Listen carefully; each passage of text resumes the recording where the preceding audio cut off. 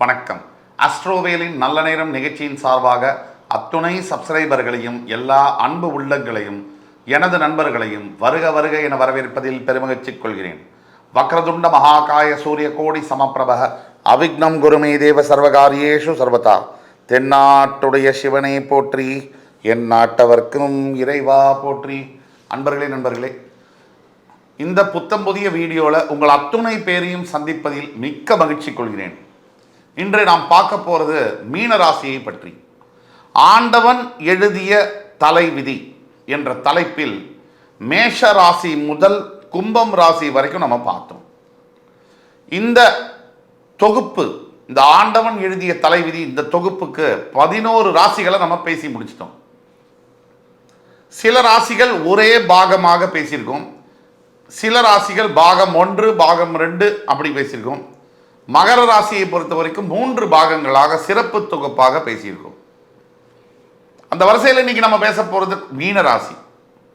இந்த தொகுப்பில் ஆண்டவன் எழுதிய தலைவிதியில் மிகப்பெரிய வரவேற்பு, மிகப்பெரிய உற்சாகம், நீங்கள் கொடுத்த ஆதரவு என்பது என்னை மெய்சிலிருக்க வைக்கிறது என்று சொன்னால் அது மிக இல்லை. அந்த கமெண்ட் செக்ஷனில் நீங்கள் எழுதிக்கக்கூடிய கமெண்ட்ஸு, அதை படிக்கும்போது எத்தனை தவம் செய்தால் இப்படிப்பட்ட ஆதரவை பெற முடியும், அன்பை பெற முடியும் என்பதற்கு அளவே இல்லை.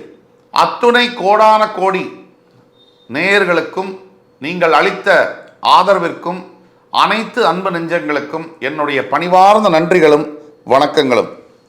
இன்று நாம் பேச போகிறது ஆண்டவன் எழுதிய தலைவிதியில் கடைசி ராசியான மீனராசி. ஒவ்வொரு மனிதனுக்கும் ஒவ்வொரு தலைவிதி என்பது உண்டு. அதாவது வாழ்க்கையில் என்னதான் நம்ம முயற்சி செய்தாலும், என்னதான் நம்ம செய்தாலும் சிலது நடக்குது, சிலது நடக்காமல் போகுது. இதற்கு என்ன காரணம்? ஒவ்வொரு ராசியினருக்கும் தனிப்பட்ட குணாதிசயங்கள், பிறப்பு ரகசியம், ஒவ்வொரு நட்சத்திரத்திற்கும், ஏன் நட்சத்திரத்தில் இருக்கக்கூடிய பாதங்களுக்கும் அதற்கு தாண்டியும் கூட இருக்கிறது கடவுளுடைய சூட்சமம்.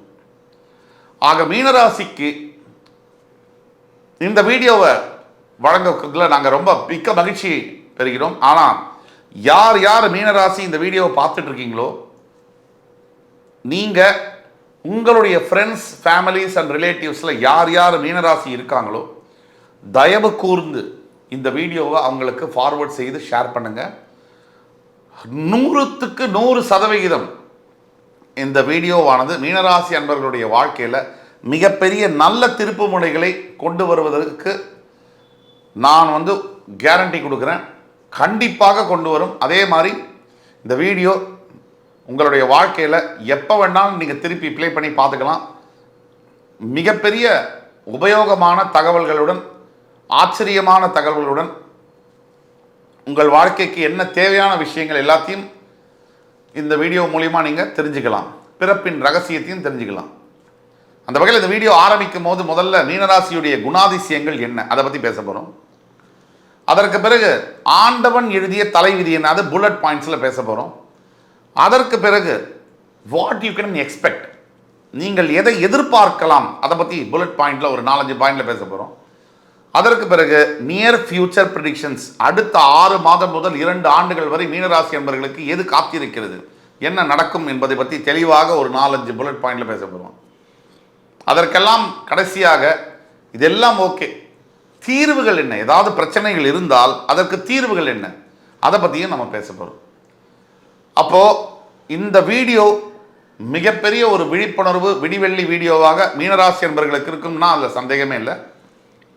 வாங்க வீடியோக்குள்ளே போகலாம். மீனராசி காலபுருஷனுடைய 12ஆம் வீடு. சுக்கிர பகவான் உச்சம் பெற்று, குரு பகவான் ஆட்சி பெற்று, புதன் பகவான் நீச்சம் பெறக்கூடிய வீடு. அப்படிப்பட்ட அருமையான இந்த வீட்டில் பூரட்டாதி, உத்திரட்டாதி, ரேவதி போன்ற 3 நட்சத்திரங்கள் வருகிறது. அதாவது குரு, சனி, புதனுடைய நட்சத்திரங்கள் வருகிறது குருவுடைய வீட்டில். இப்போ மீனராசி என்பவர்களுடைய குணாதிசயங்கள் என்ன, ஒவ்வொரு பாயிண்டாக பார்க்கலாம். அதில் முதல் பாயிண்ட் என்னன்னா, மீனராசி என்பவர்களுக்கு 2 வகையான குணாதிசயங்கள் இருக்கும். ஒன்று, எல்லா விதத்திலும் எல்லா பொருள்கள் மீதும் எல்லா விஷயங்கள் மீதும் ஆசையும் பற்றும் அதிகமாக இருக்கும். இது பெரும்பாலான மீனராசி அன்பர்களுக்கு இப்படி தான் இருக்கும். அத்தனைக்கும் ஆசைப்படும். ஒரு 25% மீனராசி அன்பர்களுக்கு எதுவுமே வேண்டாம் அப்படின்னு இருக்கும். இந்த அடிப்படை வித்தியாசம் என்பது இருக்கும். மீனராசி அன்பர்களை பொறுத்த வரைக்கும் ஒரு காரியத்தை எடுத்தாங்கன்னா, எந்த காரியமாக இருக்கட்டும், இந்த காரியம் எனக்கு செய்ய முடியாது, இந்த செயல் கஷ்டம் அப்படின்னு அவங்க வாயிலிருந்து வராது. தன்னால் முடியுமோ முடியாதோ, தனக்கு தெரியுமோ தெரியாதோ, சில பெண்களில் இருக்கக்கூடிய மீனராசி நண்பர்களை பார்த்தீங்கன்னா அதி புத்திசாலி அப்படின்னு அவங்களுக்குள்ளேயே நினைப்பு இருக்கும். தன்னையே தான் அதி புத்திசாலியாக நினச்சிக்குவாங்க. உண்மையிலே அவங்களுக்கு தெரியாது, ஆனால் இன்னசென்ஸ் அவங்கள்ட்ட இருக்கும். முதல் 30-35 ஆண்டு வரை, 35 வயசு இவங்களுக்கு ஆனதுக்கு பிறகு இவங்க கிட்ட இருக்கிற எல்லாரும் இன்னசென்ட் ஆயிடுவாங்க, இவங்க வயலண்ட் ஆயிடுவாங்க. இது ஒரு பாயிண்ட். எந்த செயலை கொடுத்தாலும் கூட, எந்த டாஸ்கை கொடுத்தாலும் கூட மீனராசி அன்பர்கள் சந்தோஷமாக கொஞ்சம் கூட முகம் சொல்லிக்காமல் அதை வாங்கி செய்யறதுக்கு தயங்கவே மாட்டாங்க. அது தெரியுமோ தெரியாதோ, வருமோ வராதோ, கொஞ்சம் கூட யோசிக்க மாட்டாங்க, அதை எடுத்து செய்வாங்க. இது ஒரு நல்ல விஷயம். நிறைய மீனராசி அன்பர்களுக்கு நல்ல எண்ணங்கள் இருக்கும். குரு பகவான் ஆட்சி பெறக்கூடிய மூலத்திரிகோணஸ்தானம் தனுசு, குரு பகவான் ஆட்சி பெறக்கூடிய மோட்சஸ்தானம் மீனம். நல்ல எண்ணங்கள் மீனராசி அன்பர்களுக்கு எப்பவுமே இருக்கும். நல்ல எண்ணங்கள்னு அவங்களுக்கு எது வேணுமோ, நிறைய இடங்களில் சுயநலம் எட்டி பார்க்கும். அடுத்தவங்க என்ன சொல்கிறாங்க, அவங்களுடைய பெர்ஸ்பெக்டிவ் என்ன அப்படிங்கிறத பற்றி முக்கியமாக ஃபீமேல் மீனராசிகள் கொஞ்சம் கூட யோசிக்கவே மாட்டாங்க. ஆம்பளை மீனராசிகள் எப்படின்னா, நெளிஞ்சு சுழிஞ்சு வளைஞ்சு யார்கிட்டையும் மாட்டிக்காமல் வாழணுங்கிறதுலேயே மும்முரமாக இருப்பாங்க. நேரம் நின்று கம்பீரமாக இப்படி வாடா அப்படின்னு அந்த மாதிரி இருக்க மாட்டாங்க. ஆண் மீனராசி ஆப்ரேட் பண்ணுறதும் தெரியாது, வாழ்கிறதும் தெரியாது, எழுந்துக்கிறது, தூங்குறது, பேசுறது எதுவுமே தெரியாது, வளைஞ்சு நெளிஞ்சு போகக்கூடிய தன்மை உடையவர்களாக இருப்பார்கள். இப்போ படிப்பு அப்படின்னு எடுத்துக்கிட்டோம்னா, பொதுவாக மீனராசி என்பவர்களுக்கு நான் சொன்ன மாதிரி படிப்பின் மீது அதிகமாக ஆர்வம் இருக்கும், ஆனால் படிப்பு வராது. பெரும்பாலான மீனராசி என்பவர்களுக்கு, படிப்பு வரக்கூடிய மீனராசி என்பவர்களுக்கு கலைகள் மீது நாட்டம் அதிகமாக இருக்கும். படிப்பு இல்லாதவர்களுக்கும் படிப்பு இருக்கிறவர்களுக்கும் கலைகள் மீது நாட்டம் அதிகமாக இருக்கும். கலைனா சங்கீதம், பாட்டு, 64 கலைகள், வில் வித்தை, எதுவாக வேணா இருக்கலாம், விளையாட்டுத்துறை, இந்த கலைகள் மீது அதிகமாக ஒரு ஈடுபாடு, என்டர்டெயின்மெண்ட், சினிமா துறை, எல்லாத்துக்கு மேலே நாட்டம் இருக்கும். இது மீனராசியுடைய இயல்பு. இன்னொரு இயல்பு, 3வது பாயிண்ட், குணாதிசயங்களில் அனைத்து மீனராசி அன்பர்கள் 100% எக்ஸ்ட்ரா சென்சிட்டிவாக இருப்பாங்க, இமேஜினேட்டிவாக இருப்பாங்க, ஃபேசினேட்டிவாக இருப்பாங்க. ஒரு இமேஜினேட்டிவ் கற்பனை உலகத்தில் வாழ்பவர்களாக இருப்பார்கள். ரியாலிட்டிக்கு கொஞ்சம் விலகி இருப்பாங்க. எல்லா மீனராசிக்காரர்கள் அல்ல, 99% மீனராசிக்காரர்கள் இப்படி தான் இருப்பாங்க. 4வது குணாதிசயம், பெரும்பாலான மீனராசி அன்பர்களுக்கு, எஸ்பெஷலி பெண் மீனராசி அன்பர்களுக்கு, இள வயதில் தன் தந்தையை விட்டு பிரிந்து வாழக்கூடிய சிங்கிள் பேரண்ட் அப்ரிங்கிங்காகவோ அல்லது தந்தையவே இழக்கக்கூடிய தன்மை என்பது பெண் மீனராசி என்பவர்களுக்கு இளம் வயதிலேயே வருகிறது. ஒரு 5-6 வயசுக்குள்ள அப்பாவை பிரியக்கூடிய யோகம். ஒன்று டைவர்ஸ் ஆகி பிரியறதோ, அல்லது அப்பாவுடைய அரவணைப்பு, அன்பு, இதெல்லாம் கிடைக்காத போய் அப்பாவே கூட சில சமயம் உயிர் மரணிக்கக்கூடிய அளவில் கூட இருக்கக்கூடியது மீனராசி பெண்களுடைய ஒரு விதமான சமாச்சாரம். இது ஒரு விதி.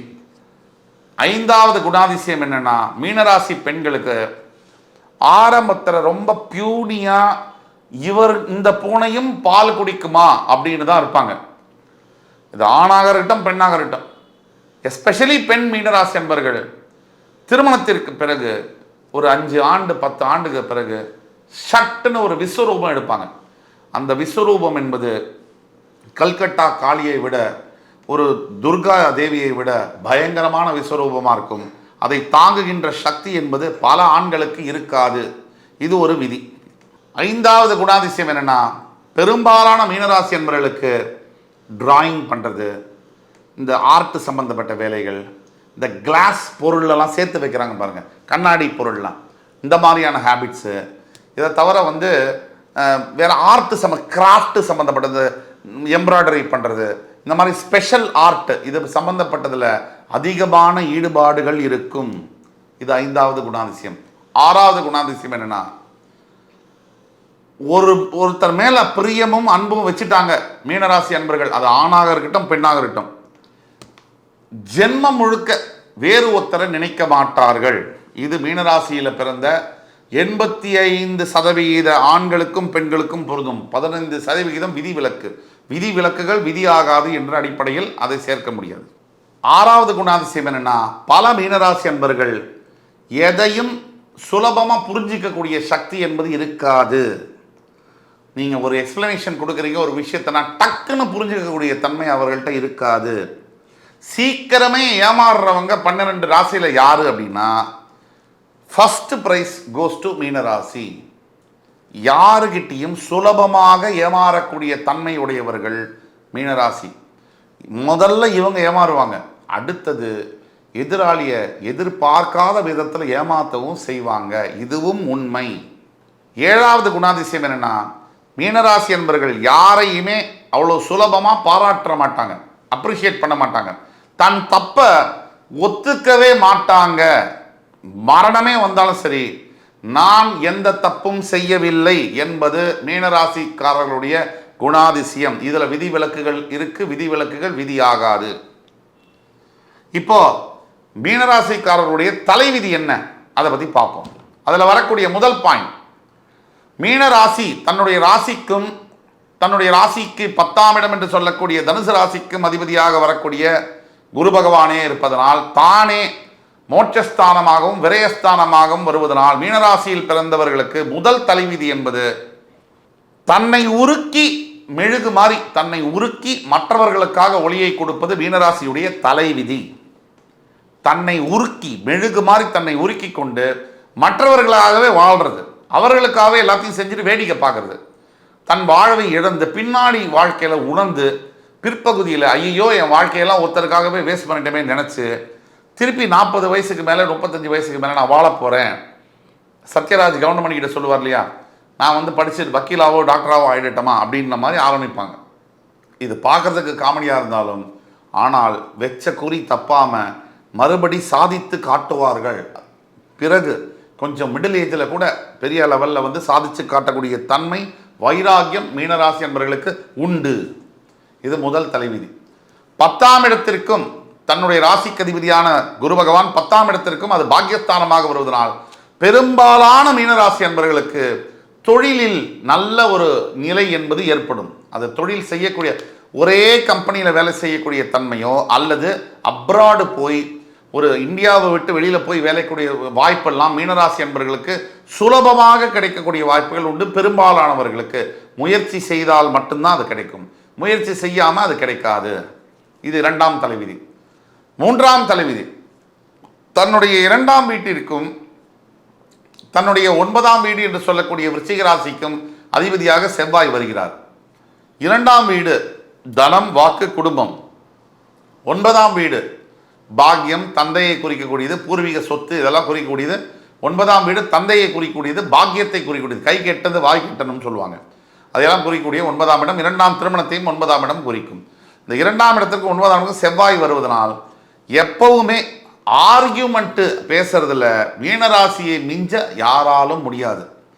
மீனராசி அன்பர்கள்ட்ட யாராவது வாய் கொடுத்தாங்கன்னா, சத்தியமாக சொல்கிறேன், 500 நாள் ஆனாலும் ஆர்கியூ பண்ணி அவங்க தான் ஜெயிப்பாங்க, நீங்கள் அவங்கள்ட்ட ஜெயிக்க முடியாது. மீனராசி அன்பர்கள் ஆர்கியூமெண்ட்டுன்னு வந்தால் பேசிக்கிட்டே இருப்பாங்க, அவங்க தான் ஜெயிப்பாங்க.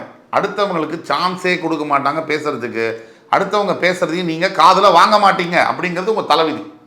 அதே மாதிரி எத்தனை பணம் சம்பாதித்தாலும் மீனராசி அன்பர்களுக்கு கையில் சேர்த்து வைக்கிறதுல ரொம்ப பிரச்சனை இருக்கும், பணம் தங்குவதில் மிகப்பெரிய சேலஞ்சஸ் இருக்கும். அதே மாதிரி மீனராசி அன்பர்கள் ஏற்கனவே சொன்னபடி தந்தையாரை பிரியக்கூடியது ஒரு தலைவிதி, தந்தையாரை பிரியக்கூடியது ஒரு தலைவிதி.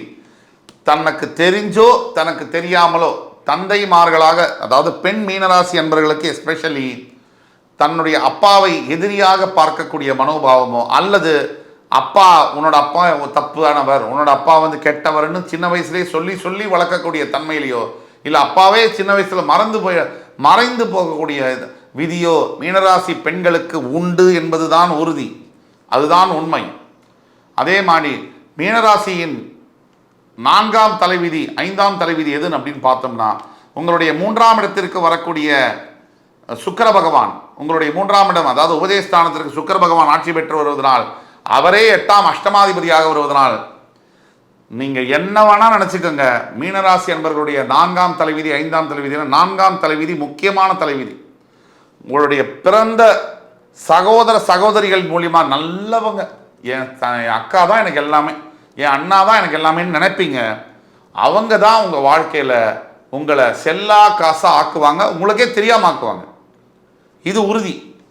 அதே மாதிரி உங்களுடைய நண்பர்கள், அது பெண்ணுக்கு பெண் தோழிகளாக இருக்கலாம், ஆணுக்கு ஆண் நண்பர்களாக இருக்கலாம், உங்களுடைய மிகப்பெரிய மறைந்த எதிரியாக செயல்படுவது உங்களுடைய க்ளோஸ் ஃப்ரெண்ட்ஸ் தான். உங்களுக்கே அதை கண்டுபிடிக்க முடியாது, நீங்கள் நம்புவீங்க, என் அக்கா, என் அண்ணா, என் தங்கை, என் தம்பின்னு என்னுடைய ஃப்ரெண்டுன்னு நம்புவீங்க. ஆனால் உங்கள் ஃப்ரெண்ட்ஸ் மூலியமாக தான் உங்களுடைய வாழ்க்கையில் உங்களுக்கே தெரியாமல் வருடக்கணக்காக ஏமாந்து கடைசியில் ஒரு புள்ளியில் வந்து நிற்பீங்க. திருப்பி உங்கள் லைஃப் ரிட்ரீவ் பண்ண முடியாத இடத்துல வந்து அதை நிறுத்திடுவாங்க. பல யோகங்கள் படைத்த மீனராசி நண்பர்களுக்கு இது ஒரு விதியாக, தலைவிதியாக வருவது. நண்பர்கள் அவர்களுக்கே தெரியாமல் அவர்களுடைய வாழ்க்கையை சிதைப்பார்கள். கொஞ்சம் கொஞ்சமாக அவர்களுக்கு தெரிய வரும்போது வாழ்க்கை முடிந்திருக்கும் என்பது தலைவிதியெல்லாம் ஜாக்கிரதையாக இருந்துக்கணும். கூட பிறந்த சிப்ளிங்ஸ் கிட்டையும், பிரதர்ஸ் சிஸ்டர்ஸ் கிட்டையும், ஃப்ரெண்ட்ஸ் கிட்டையும் ரொம்ப ரொம்ப ஜாக்கிரதையாக இருக்கணும். ஒரு கோட்டுக்கு மேலே அவங்கள உள்ள வர வைக்க கூடாது. அடுத்தபடியாக மீனராசி நண்பர்களுடைய 4ஆம் தலைவிதி 5ஆம் தலைவிதியை பார்த்தோம். மீனராசி நண்பர்களுடைய 6ஆம் தலைவிதி உங்களுடைய சுகஸ்தானத்திற்கும் 7ஆம் இடத்திற்கும் வரக்கூடியது புதன் பகவான், மிதுனத்துக்கும் கன்னிராசிக்கும். உங்களுடைய 4ஆம் வீட்டுக்கு வரக்கூடிய புதன் பகவான் உங்களுக்கு மாரகம் மற்றும் பாதகாதிபதி, நீங்கள் உபயராசிங்கிறதுனால டிப்பிக்கலி உங்களுடைய கல்யாண வாழ்க்கை இது வந்து நல்லா குறித்து வச்சுக்குங்க. மீனராசியில் பிறந்த அத்துணை அன்பர்களுடைய கல்யாண வாழ்க்கை 190% பேர், இது என்னன்னா உங்களுடைய திருமண வாழ்க்கையில் பெரும்பாலானவர்கள் என்னன்னா முதல் திருமணத்தில் பிரிவு ஏற்பட்டு 2ஆம் திருமணத்தில் கொஞ்சம் அட்ஜஸ்ட் பண்ணிக்கிட்டு வாழ்கிற மாதிரி இருக்கும். இதுதான் உண்மை. மனசில் நந்து கசந்து இதை வாழ்ந்தாலும் இதுதான் உண்மை. மீனராசி என்பவர்களுடைய 6ஆம் தலைவிதி என்னன்னா, தனக்கு வரக்கூடிய வாழ்க்கை துணையினால் முதல் வாழ்க்கை துணை என்பது சரியாக இல்லாமல் போய் 2ஆம் வாழ்க்கை துணை தான் ஓரளவிற்கு பரவாயில்லை அப்படிங்கிற ஸ்டேஜில் இருக்கும். உங்களுடைய 7ஆம் தலைவிதி என்னன்னா, 4ஆம் இடத்திற்கு வரக்கூடிய புதன் உங்களுக்கு மாரகம் மற்றும் பாதகாதிபதிங்கிறதுனால உங்களுடைய வாழ்க்கையில் எந்த நிலையிலாவது உங்களுக்கு உடல் ஆரோக்கியம் சம்பந்தப்பட்ட பிரச்சனைகள் வந்தே தீரும். இது மீனராசியினுடைய இயல்பு. கன்சிஸ்டண்ட்டாக ஒரு பெண் மீனராசி நண்பர்கள் இருக்காங்க, பாலிசிஸ்டிக் ஓவரிஸோ இல்லை வந்து விமன் ரிலேட்டட் இஷ்யூஸோ அவங்கள பாதர் பண்ணிக்கிட்டே இருக்கும். இது ஆண் மீனராசியாக இருந்தாக்க அடி வயிறு சம்பந்தப்பட்ட பிரச்சனைகள் அவங்களுக்கு உபாதைகளாக இருந்துக்கிட்டே இருக்கும். இது உண்மை. இது தலைவிதி, 7ஆம் தலைவிதி. அதுக்கு அடுத்தது 8ஆம் தலைவிதி. உங்களுடைய 5ஆம் இடத்திற்கு வரக்கூடிய சந்திர பகவான், அதாவது உங்களோட 5ஆம் இடத்தில் ஆட்சி பெறக்கூடிய சந்திர பகவான் உங்களுடைய பாக்யஸ்தானத்தில் நீச்சம் பெறுவார். உங்களுடைய பாக்யஸ்தானத்தில் ஆட்சி பெறக்கூடிய செவ்வாய் பகவான் உங்களுடைய 5ஆம் ஸ்தானத்தில் நீச்சம் பெறுவார். இது ஒரு விந்தையான அமைப்பு. எப்பவுமே மீனராசியில் பிறந்த பெண்களாக இருக்கட்டும் ஆண்களாக இருக்கட்டும் பார்க்கறதுக்கு டீசெண்டாக இருப்பாங்க. மிகப்பெரிய அழகா இல்லையான்றதான் தெரியாது, ஆனால் பார்க்கறதுக்கு டீசெண்டாக இருப்பாங்க. கண்டிப்பாக 195% மீனராசி நண்பர்கள் 5ஆம் இடத்திற்கு சந்திரன் அதிபதியாக வருவதனால் உங்களுடைய 7ஆம் தலைவிதி என்னன்னா, பிறந்த இடத்துலேருந்து மாறி அந்த இடத்துலேருந்து மாறி அந்த இடத்துலேருந்து மாறி அந்த இடத்துலேருந்து மாறி இப்படி மாறிக்கிட்டே இருப்பாங்க. ஒரு இடத்துல ஸ்டேபிளாக இருக்க முடியாது. இது உங்களுடைய தலைவிதி. இது பெண்ணாக இருக்கக்கூடிய மீனராசியாக இருந்தாலும் சரி, ஆணாக இருக்கக்கூடிய மீனராசி இடமாற்றங்கள் வந்து நிறைய இருக்கும். கம்பேரிட் டு அதர் ராசிஸ் நிறைய இடமாற்றங்கள் இருக்கும். படிக்கிறதுக்கு ஒரு இடத்துல, காலேஜ் ஒரு இடத்துல, அப்பா அம்மாக்காக ஒரு இடத்துல, கல்யாணம் பண்ணி ஒரு இடத்துல, பிள்ளைங்க வசதிக்காக ஒரு இடத்துல, வேலை பார்க்கறது ஒரு இடத்துல, டிரான்ஸ்ஃபர் ஆகி ஒரு இடத்துல, அப்ராடுக்கு மூவ் ஆகுது, இப்படி மாறிக்கிட்டே இருக்குமே தவிர நிலையான ஒரு இடத்துல இருக்கக்கூடியது என்பது விதிவிலக்காக இருக்கும். விதிவிலக்கு விதியாகாது. உங்களுடைய 8ஆம் தலைவிதி என்னன்னா, உங்களுடைய 6ஆம் இடத்திற்கு வரக்கூடிய சூரிய பகவான் ருணரோக ஸ்தானத்துக்கு அதிபதியாக வந்தாலும், நட்பு கிரகமாக இருந்தாலும், உங்கள் அப்பா உங்க மேலே உயிரையே வச்சிருப்பார். அனைத்து மீனராசி ஆண்களுக்கும் பெண்களுக்கும் சொல்கிறேன், உங்களை பெற்ற தந்தை உங்கள் மேலே உயிரையே வச்சிருப்பார். ஆனால் துரதிருஷ்டவசமாக, அன்ஃபார்ச்சுனேட்லி, உங்கள் தந்தையினால் உங்களை அணுக முடியாது, உங்களை பார்க்க முடியாது, உங்களோடு சகஜமாக பேச உணர முடியாது. காரணம், பெரும்பாலான பெண் மீனராசி என்பவர்களுக்கு சில வயதில் தந்தையை விட்டு பிரியக்கூடிய மாதிரி தலைவிதி. ஆண் மீனராசி என்பவர்களுக்கு எங்கோ ஒரு இடத்துல அப்பாவுக்கும் உங்களுக்கு ஃப்ரிக்ஷன் ஆகி மடி மனசில் பாசமெல்லாம் இருந்தாலும் கூட எங்கோ ஒரு இடத்துல ஒரு சேராத நிலை, பெண்டாட்டினாலேயோ கல்யாணமானதுனாலேயோ வேலை காரணமாகவோ பிரிஞ்சது. கடைசியில் அப்பா போன பிறகு ஐயோ அப்பாவோட வாழாமையே போயிட்டோமே அப்படிங்கிற எண்ணம் வரக்கூடியது தலைவிதி. அடுத்தது உங்களுடைய 9ஆம் தலைவிதி, அதாவது உங்களுடைய அஷ்டமஸ்தானத்திற்கு அதிபதியாக வரக்கூடிய சுக்கிர பகவானால் அனைத்து மீனராசி அன்பர்களுக்கும் 99% மீனராசி அன்பர்களுக்கும் திடீர் அதிர்ஷ்டம், திடீர் திருப்பு முனை வாழ்க்கையில் 30 வயசுக்கு மேலே எப்போ வரும்னு சொல்ல முடியாது. திடீர் திருப்பு முனை, திடீர் அதிர்ஷ்டம் வந்தே தீரும், கண்டிப்பாக வரும். இப்போ நான் சொல்லக்கூடியதெல்லாம் பொது பலன்கள் மீனராசிக்கு. உங்களுடைய தனிப்பட்ட ஜாதகத்தில் உங்களுக்கு தெரிஞ்சுக்கணும்னா கீழே கொடுக்கப்பட்டுள்ள வாட்ஸ்அப் நம்பரை எங்களை தொடர்போடு கேட்கும்போது பேமெண்ட் பண்ணி ஆன்லைன் கன்சல்டேஷன் பண்ணுறதுக்காக காத்துக்கிட்டு இருக்கோம். துல்லியமாக உங்களுக்கான ப்ரெடிக்ஷன்ஸ் ப்ளஸ் சொல்யூஷன்ஸும் நாங்கள் சொல்லுவோம். ஆக 8ஆம் இடத்திற்கு இருக்கக்கூடிய சுக்கிர பகவானால் திடீர் அதிர்ஷ்டம், வெளிநாட்டுக்கு செல்லக்கூடிய வாய்ப்புகள், ஃபாரினில் வாழக்கூடியது, கல்யாணம் பண்ணக்கூடியது, படிக்கக்கூடிய யோகங்கள்லாம் மீனராசிக்கு வந்தே தீரும். பெரும்பாலானவர்களுக்கு விதி விலக்குகள் உண்டு, விதி விலக்குகள் விதியாகாது. அடுத்தபடியாக உங்களுடைய 9ஆம் விதி முடிஞ்சு 10ஆம் விதி தலைவிதி எதுன்னு பார்த்தோம்னா, உங்களுடைய 11ஆம் இடத்திற்கும் உங்களுடைய 12ஆம் இடத்திற்கும் அதிபதியாக வரக்கூடியது சனி பகவான். இதுதான் ரொம்ப முக்கியம். இந்த சனி மட்டும் மீனராசி அன்பர்களுடைய தனிப்பட்ட ஜாதகத்தில் வக்ரம் பெற்ற நிலையிலோ சுபத்துவ நிலையிலோ இருக்கிறாருன்னு பார்த்தீங்கன்னா கூட இந்த மீனராசி அன்பர்களுக்கு எப்பவுமே எங்கே ஒர்க் பண்ணாலும் வேலை செஞ்சாலும் ஓரளவுக்கு அப்படியே அது ஸ்டேபிளாக போகக்கூடிய வாய்ப்புகள் என்பது குறைவு. வேலை செய்யக்கூடிய இடத்துல ஃப்ளக்சுவேஷன்ஸு, பேர் திடீர்னு நல்ல பேராகுது, திடீர்னு கெட்டு போகிறது, திடீர்னு ஃபேவரபுளாக இருக்குது ஒர்க்கிங் அட்மாஸ்பியர், திடீர்னு அன்ஃபேவரபுளாக இருக்குது, இப்படி மாறி மாறி இருக்கும். ஆனால் நல்ல விதமான தூக்கம் என்பது கண்டிப்பாக வரும். ஒரு சிலருக்கு வராது, தனிப்பட்ட ஜாதகத்தில் இருக்கக்கூடிய வராது. இப்போ மீனராசிக்கு 7.5 சனி நடக்கிறதுனால வராமல் இருக்கலாம். ஆனால் பொதுவில் மீனராசி என்பவர்களுக்கு ஹெல்த் கான்ஷியஸாக இருப்பாங்க. இது ஒரு தலைவிதி. எத்தனை உடலில் உபாதைகள் உங்களுக்கு வந்தாலும், ஆரோக்கிய பிரச்சனைகள் வந்தாலும் இன்னும் நீங்கள் ஓடிட்டே இருப்பீங்க, உழைச்சிக்கிட்டே இருப்பீங்க. இது உங்களுடைய தலைவிதி. ஆனால் விபரீத ராஜயோகம் மீனராசி என்பவர்களுக்கு கண்டிப்பாக உண்டு. இது 9 மற்றும் 10ஆம் தலைவிதி. 11ஆம் தலைவிதி உங்களுடைய 9ஆம் வீட்டிற்கு வரக்கூடிய செவ்வாய் பகவான் விருச்சிகத்தில் 5ஆம் அதிபதி, அதை எக்ஸ்சேஞ்ச் ஆவாங்க. சந்திரன் செவ்வாய் நீச்சம், அதுக்கப்புறம் ஆட்சி நீச்சம் மாறுவாங்க. இந்த அமைப்பினால ஏதோ ஒரு விதத்தில் நீங்கள் பெறக்கூடிய குழந்தைகள் உங்களுடைய மனசை காயப்படுத்துவார்கள் உங்களுடைய பிற்பகுதியில், வாழ்க்கையின் பிற்பகுதியில், அப்படிங்கிறது மறுக்க முடியாத உண்மை. ஆக மீனராசிக்காரர்களுடைய முக்கியமான 11ஆம் தலைவிதி என்னன்னா, தன்னுடைய வாழ்க்கையில் தானே ரொம்ப ஏழ்மையான நிலைமையிலேருந்து ஆரம்பித்து செங்கலாக சம்பாதிச்சு படிப்படியாக முன்னேறி வாழ்க்கையில் மிகப்பெரிய உயரங்களை எட்டுபவர் மீனராசி அன்பர்கள். இதில் விதிவிலக்குகள் உண்டு, விதிவிலக்குகள் விதியாகாது.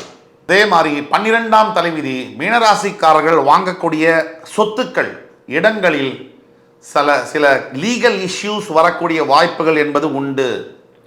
13ஆம் தலைவிதி மீனராசிக்காரர்கள் எந்த வியாபாரத்தில் ஈடுபட்டாலும் பெரும்பாலான வியாபாரங்களில் நிறைய ஃப்ளக்சுவேஷன்ஸ் இருக்கும், ஏற்றத்தாழ்வுகள் இருக்கும்.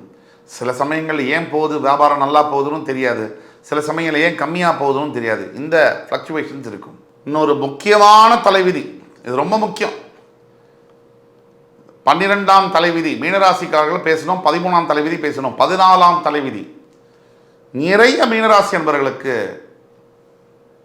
இந்த செக்ஷுவல் டிசையர் பற்றி பேசணும்னா நம்ம கொஞ்சம் ரெஸ்ட்ரிக்ட் பண்ணி தான் பேசணும். தேவையில்லாத உறவுகளின் மீது நாட்டம் என்பது இருக்கும். சில சமயங்களில் அவர்கள் வாழ்க்கையவே அது சூறையாடி விடும் என்பது தலைவிதி. ஆக இது மூலிமா சொல்ல வர்றது என்னென்னா, ரொம்ப ஜாக்கிரதையாக இருக்கணும். வரம்பு மீறிய நட்பு, வரம்பு மீறிய பழக்கங்களை உற்று கவனித்து அதை வாழ்க்கையிலேருந்து எடுத்து ரிமூவ் பண்ணி எடுத்துடணும், எராடிகேட் பண்ணணும். எதுக்கு தான் சொல்கிறோம். இப்போது நீங்கள் எதை எதிர்பார்க்கலாம் அப்படிங்கிறத பற்றி பேசுவோம்.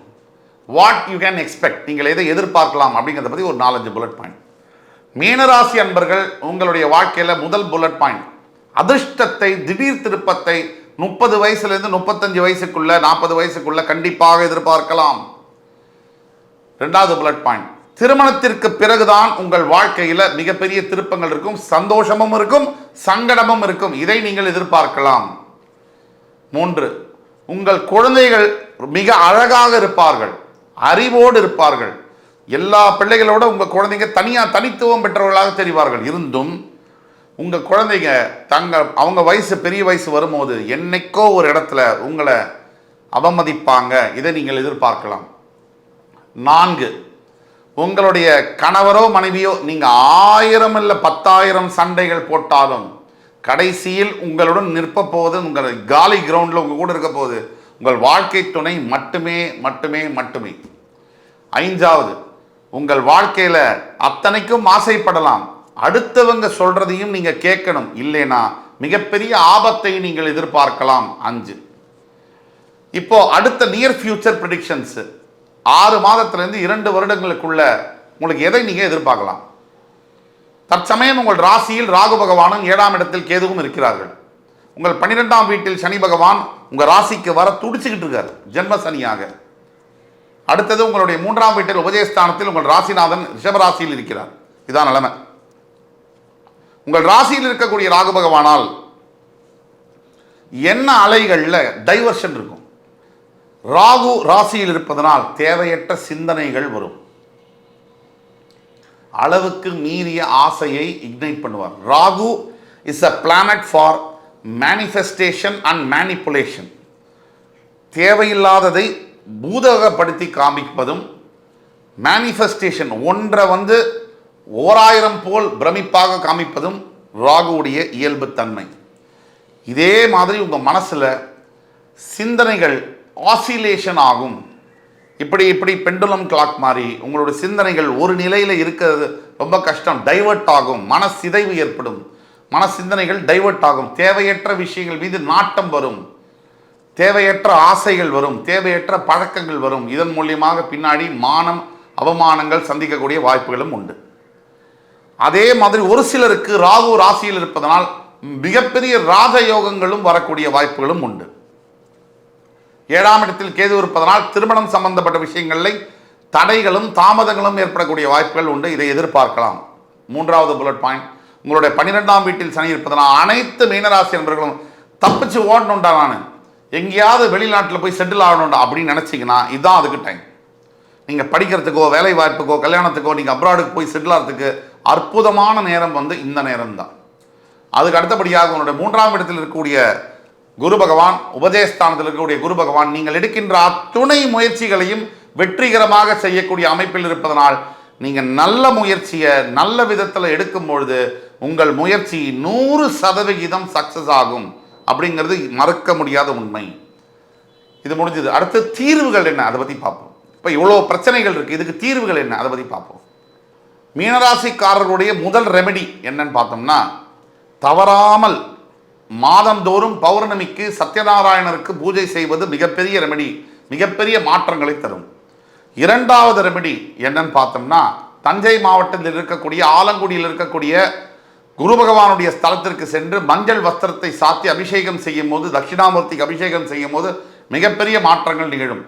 3வது, உங்களுக்கு பாடம் சொல்லி கொடுத்த primary school teachers, high school teachers எல்லாம் தேடி கண்டுபிடிச்சு அவங்க வாழ்க்கையில் ஏதாவது பிரச்சனை இருந்ததுன்னா அதை உங்களால் முடிஞ்ச உதவியை கொண்டு சால்வ் பண்ணிங்கன்னா மிகப்பெரிய அளவில் உங்களுக்கு உங்கள் குழந்தைகளுக்கு எதிர்காலம் என்பது மிகப்பெரிய பிரகாசமாக மாறும்.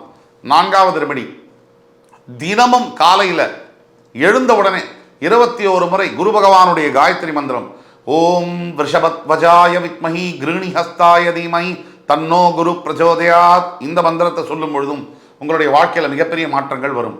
5வதாக மிகப்பெரிய ரெமெடி என்னன்னா, நீங்கள் இந்த படிக்கக்கூடிய வசதி இல்லாமல் இருக்கக்கூடிய அனாதை குழந்தைகளுக்கு படிப்பு கல்வி சம்பந்தப்பட்ட உதவிகளை உங்களால் முடிஞ்ச உதவிகளை நீங்கள் செய்யும் பொழுது உங்கள் வாழ்க்கையில் மிகப்பெரிய மாற்றங்கள் நிகழும். இது சத்தியம் சத்தியம் சத்தியம் என்று கூறி என் உயிரினும் மேலான மீனராசி அன்பு பெருமக்களே, அடுத்து மறுபடியும் உங்கள் சந்திக்கும் வரை இதை விட சிறப்பான தகவல்களுடன் இன்னும் அருமையான ஒரு எபிசோடில் உங்களை சந்திக்கும் வரை உங்களிடமிருந்து விடைபெறுவது உங்கள் சுபாஷ் பாலகிருஷ்ணன். நன்றி, வணக்கம், வாழ்க வளமுடன்.